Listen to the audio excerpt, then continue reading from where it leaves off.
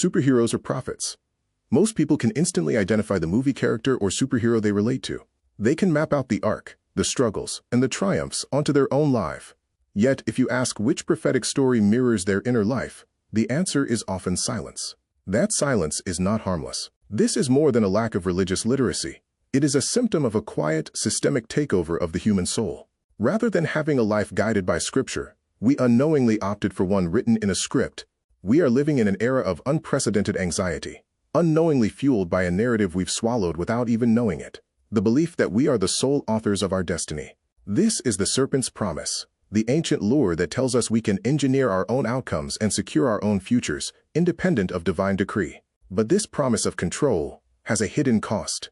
By accepting the illusion of autonomy, we have stepped out from the shelter of qadr and left ourselves standing naked and vulnerable before the elements. We feel seen by fictional heroes because they share our obsession with self-will, while the prophets feel distant because they have mastered the one thing we fear most: submission. In this reflection, we will explore why our spiritual state has been captured by modern mythology, the ancient origin of this desire for control, and how the natural world, as described in Surah Al-Alaq, offers the only path to true internal peace. Power of stories. Our current Islamic culture has largely relegated stories to the realm of halal entertainment for children, viewing them as secondary to the real work of theology. Meanwhile, the proponents of a humanistic worldview have relied on stories almost entirely to make their vision of the world dominant. They understood what we have forgotten. The soul is shaped by stories. This disconnect highlights a hidden crisis in our modern religious life. We have largely restricted Islamic education to articles of faith, dry lists, and formal creeds, while ignoring the deeper currents that actually move the heart. The result is a fractured internal state. We may consciously affirm one set of beliefs, yet our spiritual posture remains completely opposed to them. This is because our most intimate, foundational convictions are rarely formed through logic or bullet points. They are acquired through the powerful osmosis of stories and symbols. When we analyze the modern individual, this reality becomes glaringly clear. The modern man has adopted a full-scale secular doctrine without ever consciously agreeing to it. He believes he is neutral because he has never formally reviewed or committed to a specific manifesto, yet he is deeply indoctrinated. Through the steady drip of the symbols, arcs, and archetypes, a specific worldview has taken root in his soul. This demonstrates that storytelling is not merely entertainment, it is a standalone mode of indoctrination. In fact, it is perhaps the most potent form of all, precisely because its impressions are too subtle to analyze and too quiet to trigger our intellectual defenses. While we are busy studying the rules, the stories we consume are busy shaping who we actually are. Script versus scripture. We like to believe that entertainment leaves no residue. We tell ourselves it is simply a matter of relatability. But if relatability were about realism, no one would emotionally attach to superheroes or anime characters who violate every law of nature. Realism is not the draw.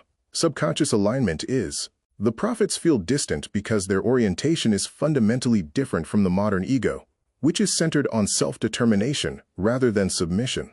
When our nafs is trained to see itself only through self-centered narratives, the prophetic path will always feel unfamiliar.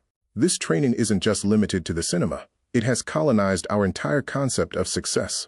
The modern self-help industry, with its obsession over hyperproductivity and manifesting one's reality through affirmations, is simply a corporate extension of this same hidden belief. It sells the idea that the universe is a vending machine, and your will is the currency. We are told that if we just optimize our routines enough, we can bypass the vulnerability of being human and engineer a life free from being a passive victim of divine decree. The tragedy is that many Muslims have simply reskinned this secular framework.